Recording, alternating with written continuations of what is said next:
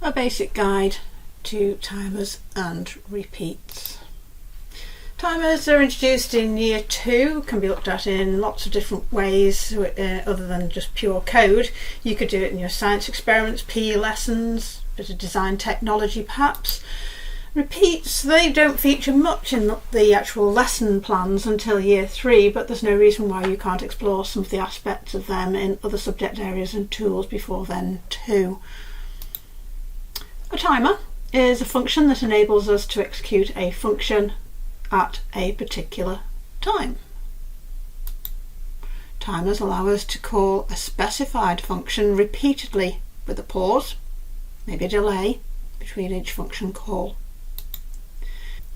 Timers and loops, that's repeats, are similar in that they can both repeat code, but they're actually quite different. A loop has no sense of time or delay, it just enters the next run as soon as the previous one finishes.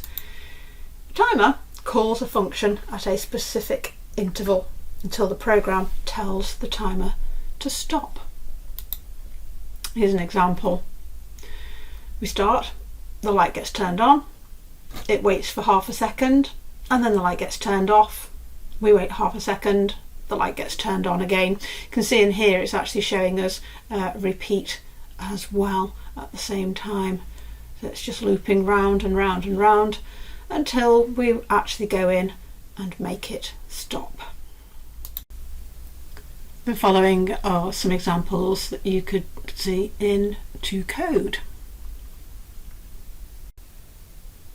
A very simple example of the use of a timer is in the Tick Tock challenge. Here we have the clock. Start the clock, then use the timer to make it tick every second. So let's have a go at that. Handy little video guide with hints on it, but we're going to give it a go. Clock, start the clock. That's our first bit. Then use the timer to make it tick every 1 second and make a sound of a tick. Let's try it. And it's happy. Move on to the next challenge. Now I've got my clock ticking, I've got to then see if I can make the bell ring, but at a slightly different time interval. And so I have a separate timer for that one. Every 5 seconds this time, because it says now the clock's ticking every second, which it is. Make the bell ring every 5 seconds, so this time I want a sound, and that sound is going to be the bell. Let's try that one. Success. Next challenge. Make the clock play a double bell sound. Let's see what clues we've got. Make it so that the clock plays another bell sound a second after the bell that rings every 5 seconds. This is our solution to that particular problem. If we look at the clues, make it so that the clock plays another bell sound a second after the bell that rings every 5 seconds. Notice that these two are nested together because they're related to each other. So the first bell rings every 5 seconds once, and the second one goes 1 second after, and the clues are actually in the instructions top here. So if we just run that, you'll see that it works well.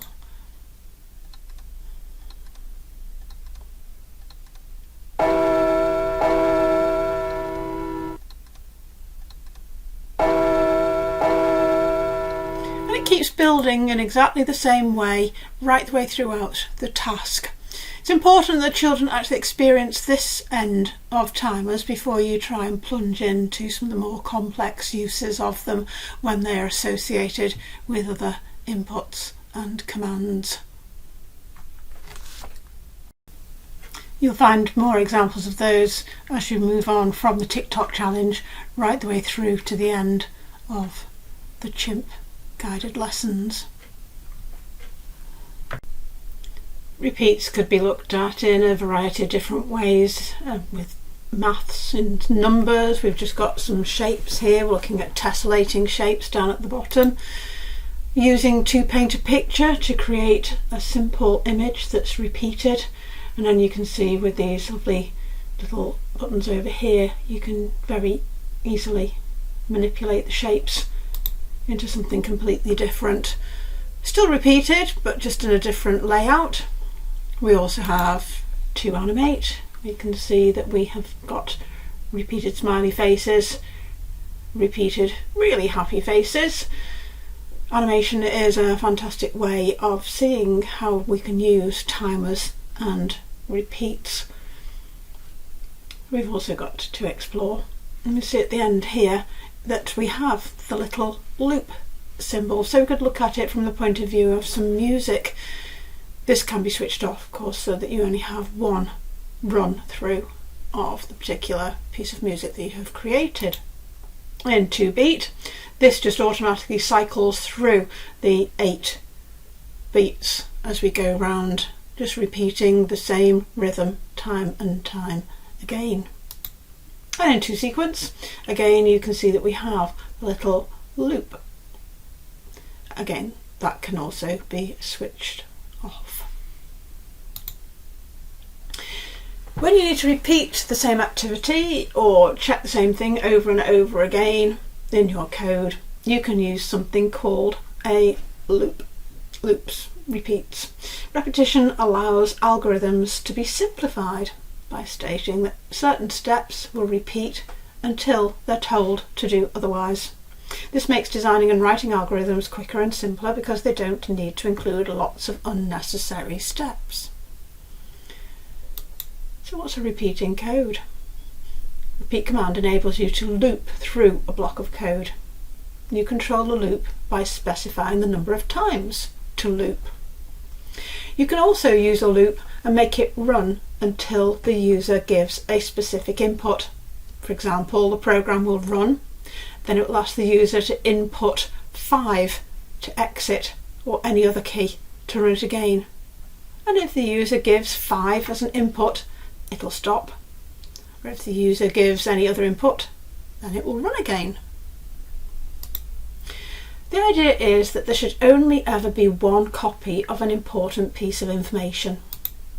The reason for this is that one copy is much easier to maintain than multiple copies, and if the information needs to be changed, there's only one place to go and change it. It also means it's less likely to have a mistake made by typing the same thing lots and lots of times. You want to try and keep your code dry. Dry means don't repeat yourself. We can have a look at repeats in 2Go, for example.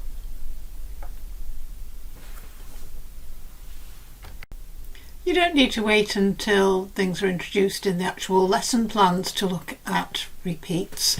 I'm in 2Go at the moment, and if we have a look at our little character here, I'm just going to drag him to start over at the side. We're going to try and make him move from here down the pathways towards the dragon's mouth. Currently we have some instructions: cause and effect, click it once, moves once. Just rewind. If I go to our little settings tool at the top, you can see that you can gradually increase the complexity of the instructions, which is brilliant. But also, if we click on the general button, allow programming, or just change the size of the grid a little as well, we can now start to create our programs as we've seen previously. This is where we can start looking at repeats as well.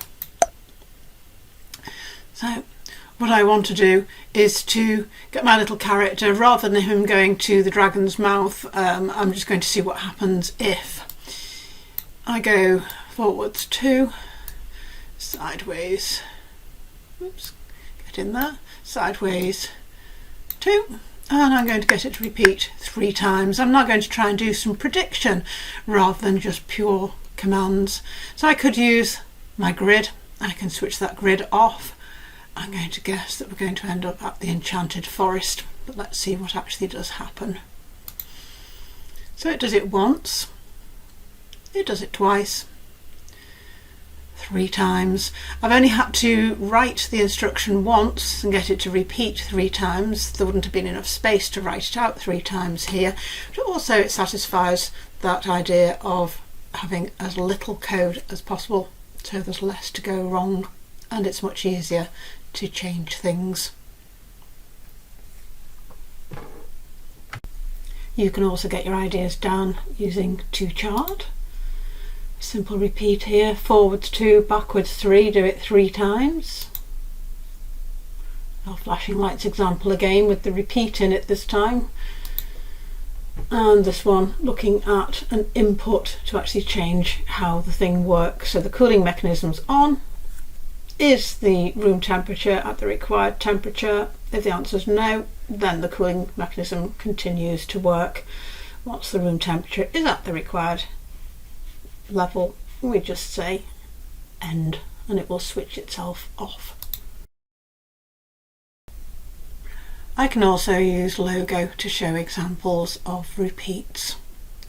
For example, if I'm wanting to create a square here, I would need to ask it to move forwards a number, then move a direction, a square corner, and then I have to ask it to go forwards again, and then move a square corner again. I have to do that 4 times. There's a lot of things need to be typed in here. Much easier if what I do is just create a new one. Let's put the grid back on again. I can ask it to repeat, and we can see here in the instructions, repeat 4 times whatever is inside the square brackets. So it's 4 times, and then I have my square brackets, which you find over by the letter P. And I'm going to go forwards 4, right 90, close my square brackets and click enter. I've only had to write 1 bit of code, but I've managed to get a complete shape. This is then taken down into when you create procedures as well. Over here you actually ask the system to make squares, but it's nice for the children just to have a little look around and see how the repeat works and how it can be written in a slightly different way. In the print to screen guided lesson, we can see a fairly easy repeat that we can use. Print hello world to the screen. Print to screen. What are we going to say? Hello world. And we run it. System's quite satisfied that it's correct, but then what we want to do is to get it to say it 10 times. Okay, so we have our repeat instruction, our repeat command. What are we going to repeat? We're going to repeat it 10 times because it says that, and the thing it's going to do is printing the words to the screen.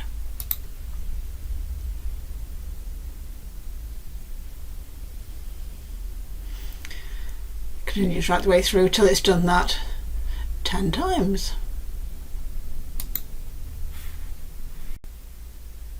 Repeats can be used on their own, quite often found with timers as well. In this example, we can see that we've got a little alert that's going to come on the screen, but the bits that we want to look at are just here. It says repeat twice, the turtle's going to move 45 degrees, and then I've got 3 times it's going to move forwards 2 steps. At the same time, Princess is going to go up after half a second and down after half a second and then stop. Let's see what that looks like. Okay,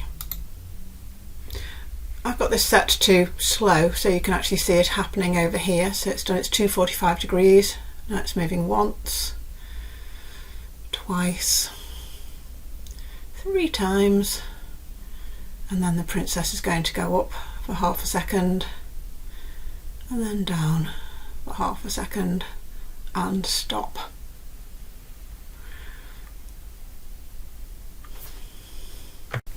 So that's basic timers and repeats.